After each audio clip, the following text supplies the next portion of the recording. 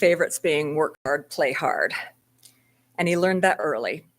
As a boy, he worked side by side with his father, J. Angus, on the family farm, spending long hours in the fields picking carrots to earn what he proudly called his carrot money.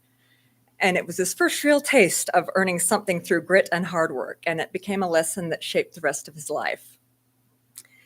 In 8th grade, he looked across the room and saw a girl, and just like that, he was a goner. Her name was Deanne, and from that moment on, she had his heart. What started as a schoolboy crush quickly became something much deeper. It was the beginning of a lifelong love story.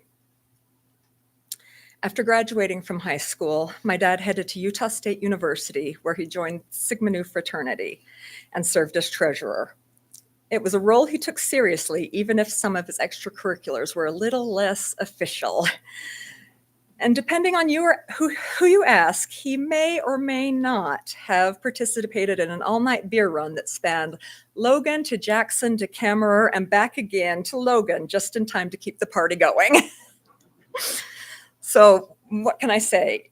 Work hard, play hard. It wasn't just a motto, it was a lifestyle. He and my mom dated all through college, spending many a romantic evening making googly eyes at each other over burgers at the local Big Boy. And my dad's love for my mom was rock solid. And eventually she decided he was a pretty good bet too. They got married and went on to build a life full of loyalty, laughter, passion, and 53 years of wonderful marriage. My dad graduated from Utah State University, but says his path truly became clear the day he saw local banker Spence Eccles swing out of an enormous Cadillac, stogie in hand like he owned the horizon. And my dad said, okay, you know what? That looks like a pretty good life. And from that moment, he set his sights on banking. He worked hard. He began his career at Zions Bank. And a few years later, he took a leap of faith and founded Bonneville Bank. Bonneville Bank began in a little trailer in the parking lot where it now stands. And the night before it opened, he stayed up worrying. What if no one came? What if it didn't work out? How would he walk it all back and make sure each investor was made whole? But when he arrived that morning, there was a line of people waiting outside that tiny trailer to open accounts. From that first day on, the bank thrived, built not just on smart business, but on trust, community, and the importance of treating people well. He led the bank with integrity, vision, and a personal touch that made people feel seen. The bank held a 5-star rating throughout my dad's time at its helm. And if you know the world of banking, it's a rarity in the world of banking. And it's a reflection of the hard work and excellence he poured into it. Stacy and Mike and I were, and still are, very lucky to have my mom and dad as parents. My dad took his role as father seriously, not just in providing, but in being fully present for us. He worked hard at the bank every day, but he also made it home every night for our family dinner around the table that my mom would cook. They would then help us with our homework and read to each of us before bed. He showed up for us in every way that mattered, and he made sure that we knew every single day that we were loved beyond measure. As you know, when my dad wasn't working hard, he believed in playing hard, and he believed deeply in making family memories. He planned vacations like they were works of art. Not just the destinations, but every detail. He took us to Hawaii, Disneyland, beach houses, Disney World, Sun Valley, Jackson Hole, Palm Beach, Washington, D.C. And most of those we were lucky enough to visit multiple times. The love he put into those trips was felt in every itinerary, every hotel choice, every restaurant, and every moment. They weren't just vacations. They were gifts of time, joy, and connection. He poured love into those trips, and we felt it every step of the way. After 33 years, Doug decided that he had given enough to the work hard part of work hard, play hard, and it was finally time to dedicate himself solely to the play hard part. So he sold the bank. Aside from arthritis in his knees, he'd always been pretty healthy. He'd gotten the arthritis from years of running and farming. His parents, siblings, and grandparents had all lived long, full lives well into their 90s, and he fully expected that he would do the same. He got 13 beautiful years filled with travel, purpose, time with my mom, us kids, our spouses, and eventually his beloved grandchildren. If you knew my dad, you knew he loved working in his yard, so much so that he won Yard of the Week numerous times. Last summer, he spent so much time outdoors, literally hours each day, that when he started losing weight, we all assumed it was just from all the hard work he was putting into the yard. But it wasn't. The cancer diagnosis came unexpectedly, and it came hard. My dad met his diagnosis with equanimity, grace, humor, and bravery. He fought hard every day of his battle, and even while doing that, he was still trying to take care of us. He made it a priority to let us know how much he loved us and how proud he was of us every day. The first time he spoke to me privately about his illness, he said something that speaks to the heart of his love for my mom. He said, "I'm not scared to die. I can accept my life being over. I've lived a very happy one and I have no regrets, but I cannot bear to leave your mom." We don't want him to leave either. My dad was the one who looked out for everyone. He made sure all of us and so many others had what they needed, whether that was security, advice, a place to land, or a hand to hold. It's hard to imagine living life without him. But even in our grief, we will always carry his presence. We carry the lessons that he taught us, the steadiness he modeled, and the love he poured into every corner of our lives. We kids were so lucky, though we didn't know it at the time. Some families are lucky in a few ways. Ours was very lucky in many. We are the product of a very happy marriage, and that made for a very happy home. Growing up, we never had cause to not feel safe or secure. We enjoyed each other's company. We had fun. We laughed. We traveled. As kids, we never had to worry about the stresses of life or face difficult things alone. And when all those blessings come together in one family, you know you are very, very lucky. The luckiest part of all is that as a kid, you don't even realize it. You just live it without knowing how rare it is. I started to understand how much my parents gave me as I became older, but it wasn't until I was an adult and have looked back that I truly began to grasp the depth of that gift. If I could go back in time, I would. I'd go back in a heartbeat just so I could take it all for granted again. To be back in the middle of it, unaware of how precious and fleeting it all was and is. I thought we had more time, and I tried to say everything I needed to say to make sure he knows how much he means to me, how deeply I love him, how proud I am of him, and how grateful I am to be his daughter. But even with all of that, there are still things that haunt me. Things I wish I could say again, things I wish I could say better, and moments I wish I could hold on to just a little bit longer. My dad lived with such integrity, quiet strength, and deep love. He gave us a life rich in example, how to work hard, how to be kind, how to commit to the people that you love, and how to live without regret. His life was a testament to devotion to my mom, to family, to community, and to building something meaningful and lasting. He gave us so much, and though he's gone, what he gave us will remain. We will always miss him more than words can express, and we will keep him with us in how we live, how we love, and how we take care of each other, just like he taught us. As I think about going on without him, one line from a poem by E.E. Cummings stays with me, and it says exactly what I feel. So, Dad, I carry your heart with me. I carry it in my heart. I am never without it, and anywhere I go, you go, my dear. I love you so much, Dad. Thank you for everything.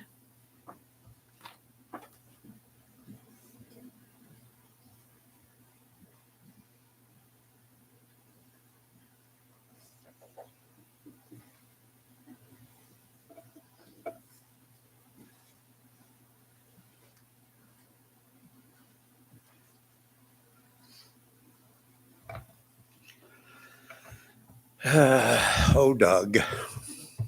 It's not how it's supposed to be.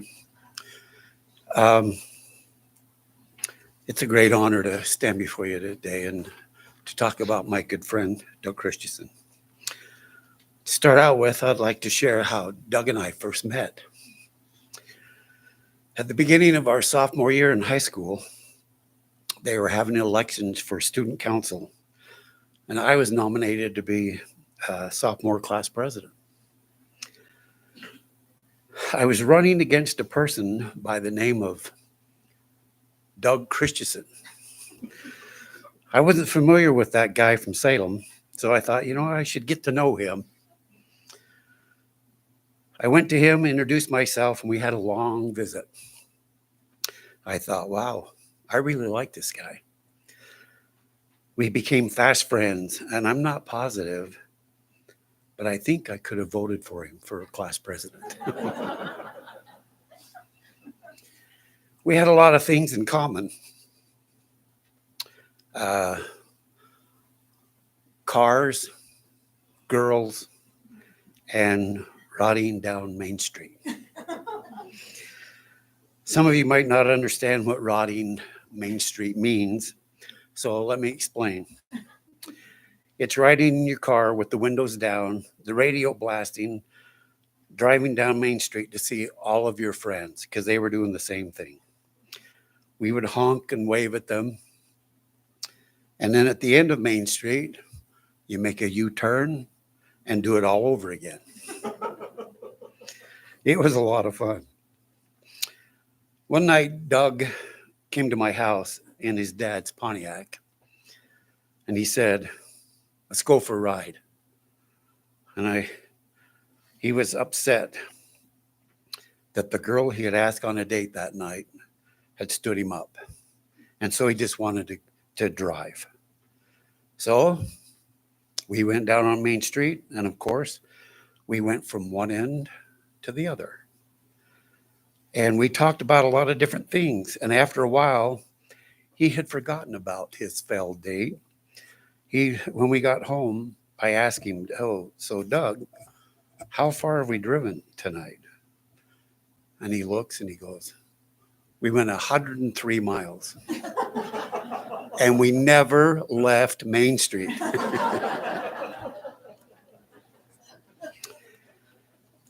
My first car was a 1958 Ford Fairlane. Doug's first car was a 1959 four-door Fairlane. It was red and white, and while I thought it was an okay car, it didn't seem to fit Doug's personality. And I think he figured that out pretty quick. Not long after that, he purchased a 1960 Chevy Impala two-door hardtop. It was a beautiful car. Dark brown, fancy hubcaps, and it had blue and white tuck and roll in the back window. I loved that car. I was super jealous every time we rode in it. We had some great times going on double dates in that car, and of course, rotting Maine. I remember this to go kind of along with what Holly was saying about Deanne. I remember a day when Doug came to me and he was all excited. And he said, "I've got some great news." And I said, "Well, it must be pretty special. I haven't seen you this excited about anything." "So what's the good news?" He said, "I just asked Deanne Tad out on a date and she said, yes." He had a crush on her for a long time, and that was a match made in heaven. They've been together side by side ever since. After graduation from high school, we decided to attend Utah State University and be roommates. We needed 4 other guys to come with us to share that apartment. So we talked with Don Andrews, Daryl Dunn, Bruce Hall, and Rodney Davis. They thought that'd be a great idea. Doug and I shared the same room, and I have to say, we had the best room of the 3. Those of you who know me know that I'm a little affected by having things look a certain way. Our room was no exception. I had brought matching bedspreads from home, had some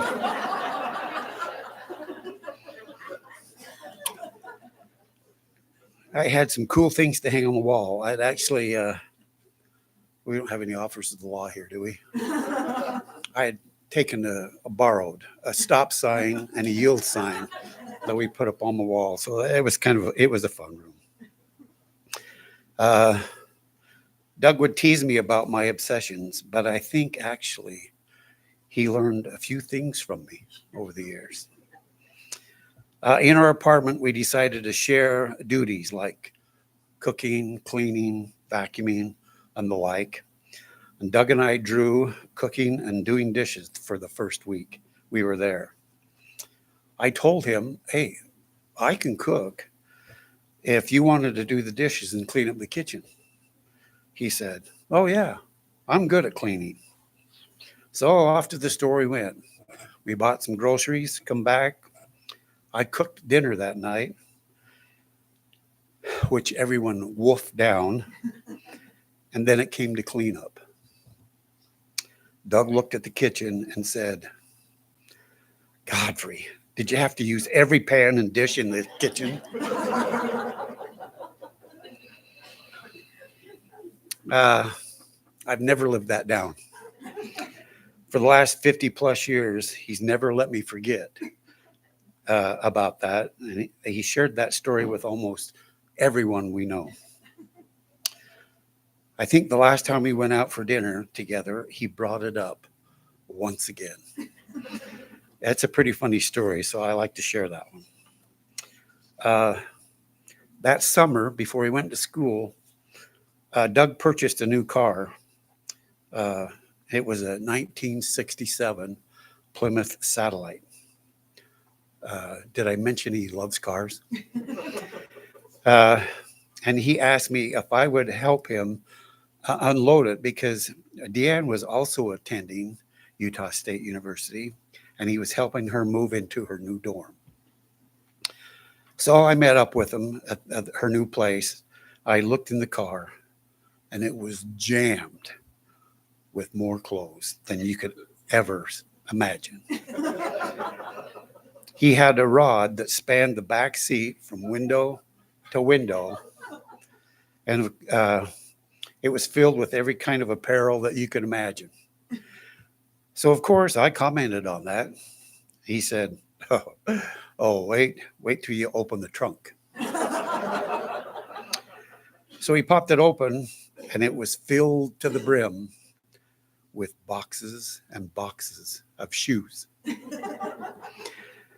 There was no doubt that Deanne was the best dressed young lady on campus. That summer, I left for my mission and was gone for a couple of years. But when I returned, I decided, I need to get me a nice car. So I purchased a 1968 GTO. It was red with a black vinyl top. I loved that car. It was a few months before before Doug and I hooked up again. And you'll never believe it.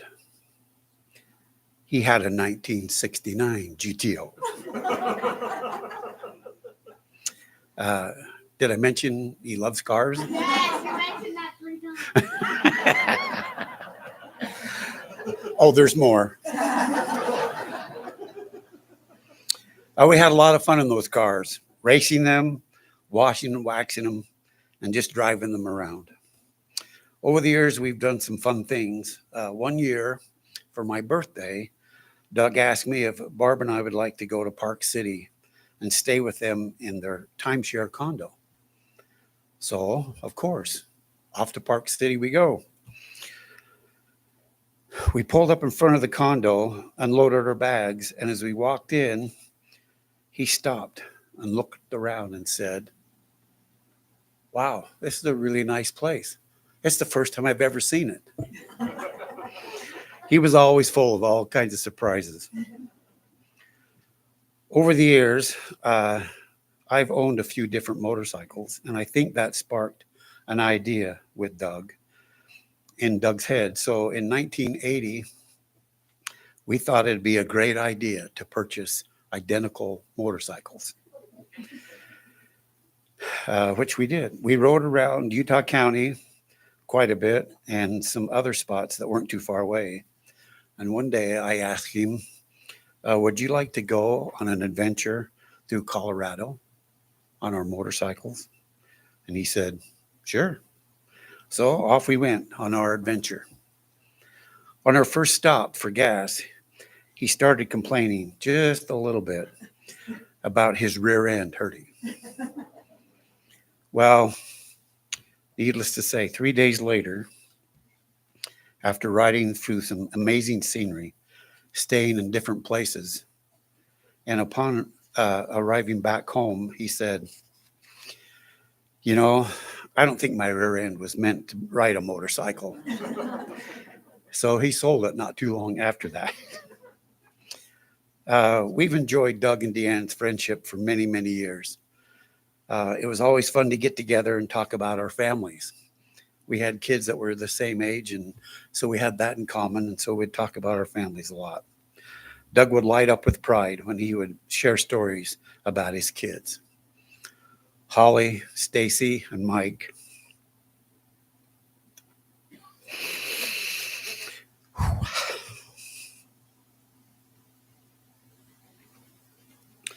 Were such an important part of his life.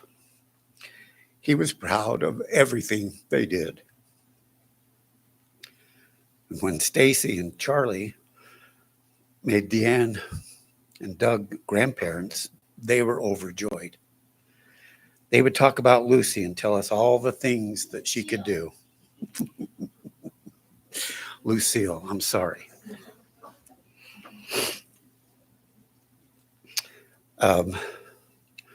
Now Mike and Emma have added to their happiness with Georgia. And with the announcement of their new son, Winston Douglas. That'll be sometime, I guess, next month. I'm sure that Doug has had the opportunity to visit with his new grandson. On the other side, excuse me, and maybe, just maybe, he's put some ideas in his head to make life interesting for his mom and dad when he gets here. I hope you've enjoyed hearing a little bit about Doug.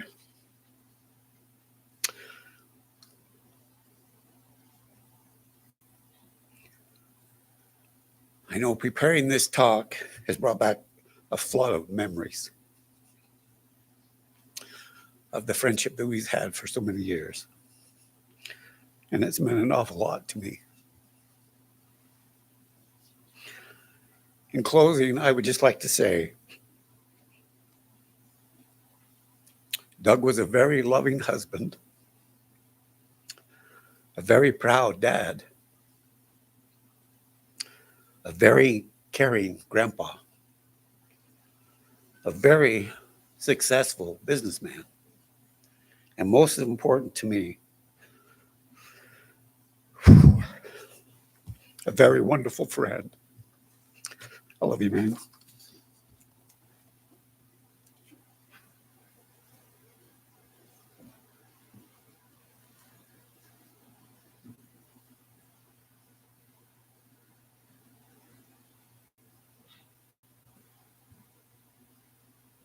It was just part of their daily routine. I know several of those customers are here today, and I'm sure more are watching online. And I want to say thank you from my dad. You were all the best part of his career. Many of those same customers became good friends of mine after he retired. And I know it meant a lot to him that you were willing to place your trust in me after he left. Even though, let's face it, for those first few years, I had no idea what I was doing. One of the biggest and most lasting life lessons my dad and I talked about a lot was the importance of having a switch. A big quote my sisters and I heard often, as you've already heard before, was work hard, play hard. He told me many times during our years working together and after he retired about making sure you give everything to your job while you're doing it. But once work was done for the day and you walk out of that bank, you flip your switch. And he would barely think about the place again until he got back the next morning or on Monday.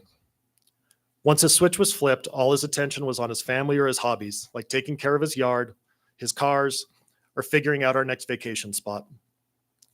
This brings me to the next set of relationships that greatly matter to him, his friends and neighbors, who were often one and the same.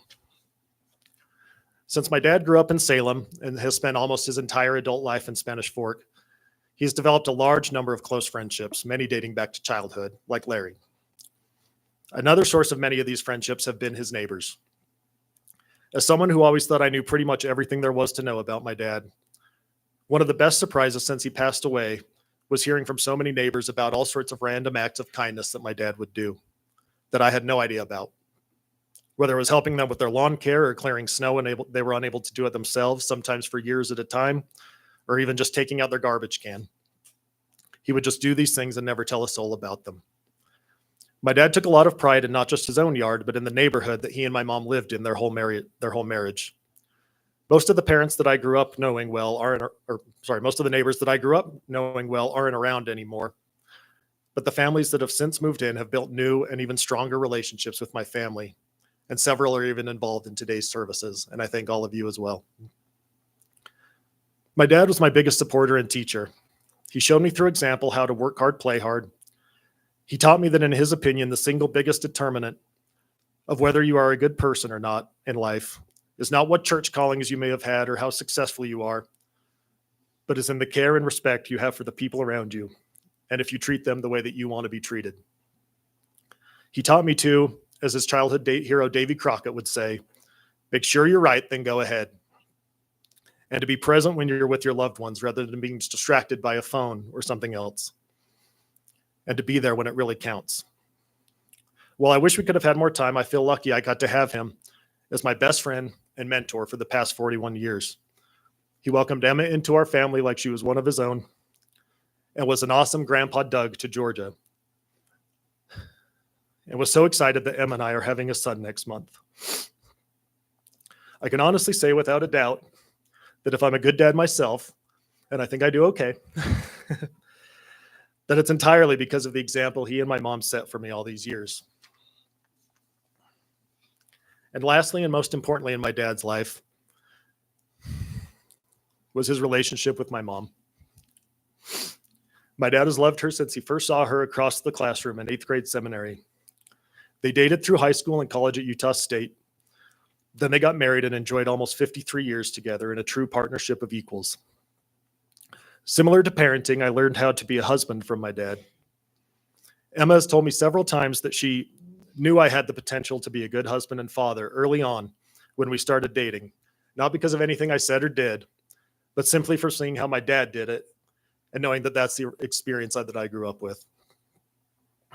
My dad always had an overwhelming desire to make sure my mom was happy and taken care of. Even the last few weeks of his life, while he was at his sickest and had little energy, he was always so worried about my mom, whether she was eating enough or making sure the TV was on something he knew she liked to watch and that she was comfortable. Even when he had every right to be primarily concerned with himself and the ordeal he was going through, he was still focused on my mom and her happiness. The story of my dad's life consists of the stories of all the relationships he had. Friends, neighbors, family, coworkers, customers. He had many deep and lasting relationships with a ton of people in his life. He left us too soon, but he also left behind a powerful example that our relationships are what matter most. I hope to continue honor him by living the way that he did, being present for the people around me and treating them with care and respect, picking up the phone to check in with friends and family more often, and showing up for others when it counts. Thank you all again for coming today and for the huge roles many of you here have played in the lives of my dad and in our family. I hope that even with him gone, we can continue to connect and share stories about his life, as I always love hearing them. Big crowd pleasers in my family are especially when you have a story about when my dad would let his hair down a bit, or maybe when he had a few too many of his famous margaritas. And Dad, thank you for everything you've given me over the course of my life. We will make sure your memory and the incredible legacy you've built lives on in our own lives and in the lives of your grandchildren. And we'll see you again soon. Thank you.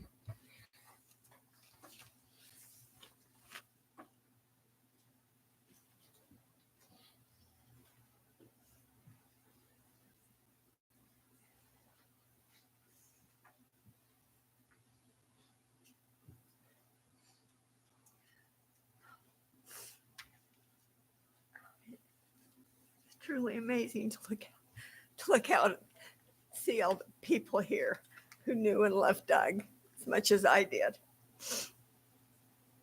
I have loved Doug for 53 years, and they have been the best years I could have ever hoped for. He's been a wonderful father, wonderful, loving, caring husband and neighbor, always ready to help, and was teaching all of us to do the same.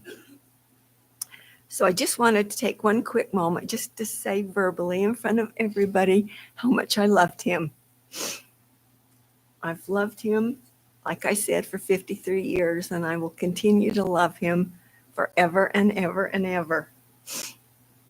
And so in closing, I would like to dedicate one of our favorite songs to him and play it one more time and tell him how much I love him.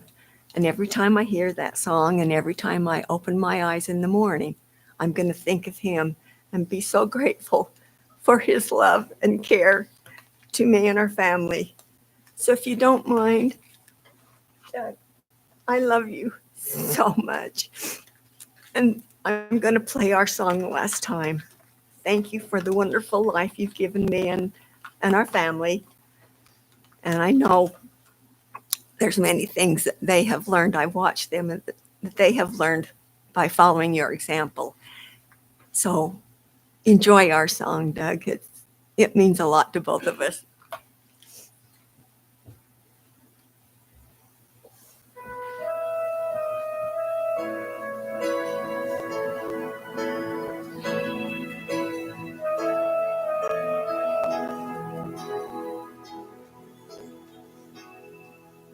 Well, here we are again. I guess it must be we've tried it all night long, but deep inside we know we'd be back to selfish days. I still remember when your kiss was so brand new, and every memory repeats. Every step I take retreats. Every journey always brings me back to you. After all the stops and starts, we keep coming back to these two hearts.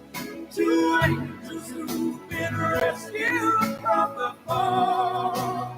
And after all that we've been through, it all comes down to me and you. And this is meant to be forever, you and me. After all, when love is truly right, this time is truly right. It lives from year to year. It changes as it goes, oh, and all the way it grows, but it never disappears.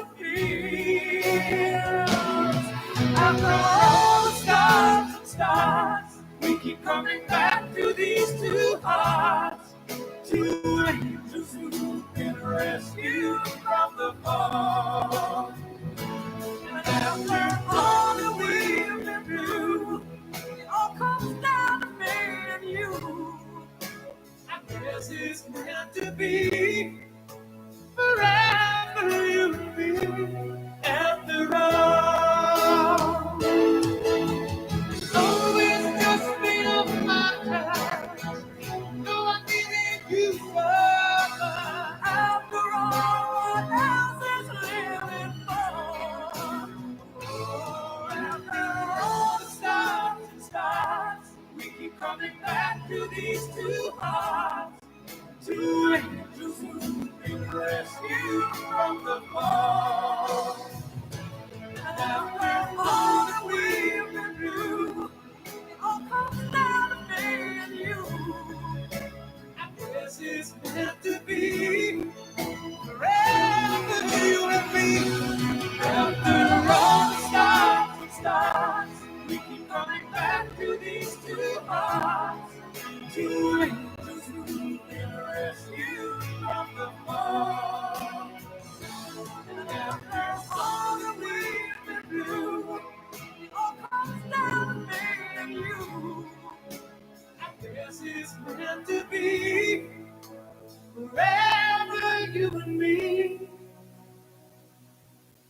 around.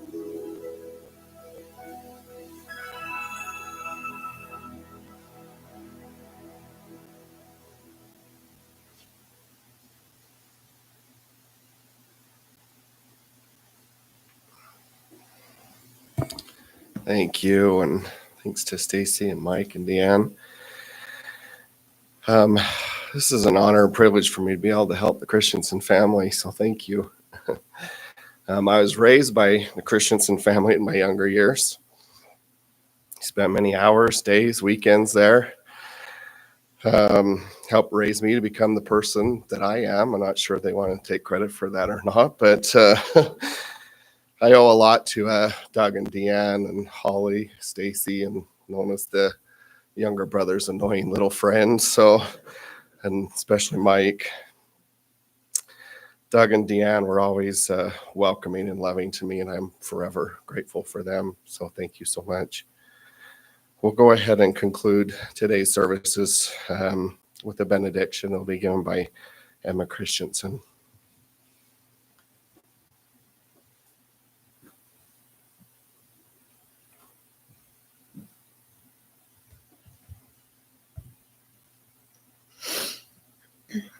Our Father in heaven, we are so thankful to spend this day remembering the beautiful life and legacy of Doug and reminiscing on all the lives he has touched. Please provide us peace in knowing that he is happy and with his loved ones who have gone before him. Bless our family that we will feel Doug's presence in our daily lives and know that he is always watching over us. And bless that he will feel the love that has been felt today. In the name of Jesus Christ, amen.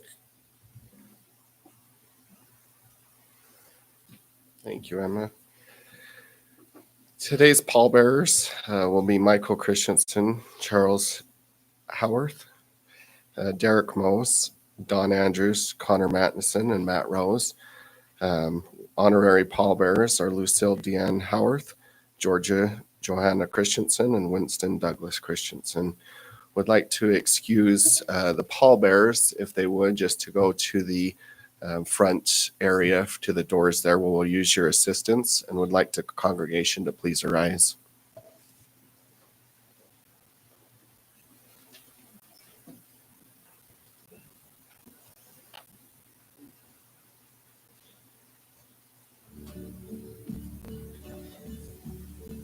And now the end is near, and so I face the final curtain. My friend, I'll say it clear, I'll state my case, of which I'm certain. I've lived a life that's full. I traveled each and every highway, and more, much more than this. I did it my way. Regrets, I've had a few, but then again, too few to mention. I did what I had to do, saw it through without exemption. I planned each charted course, each careful step along the byway, and more, much more than this, I did it my way. Yes, there were times, I'm sure you knew, when I bit off more than I could chew. But through it all, when there was doubt, I ate it up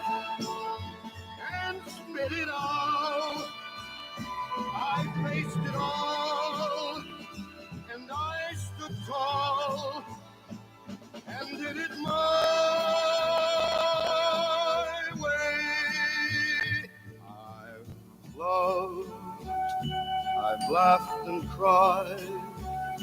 I've had my fill, my share of losing.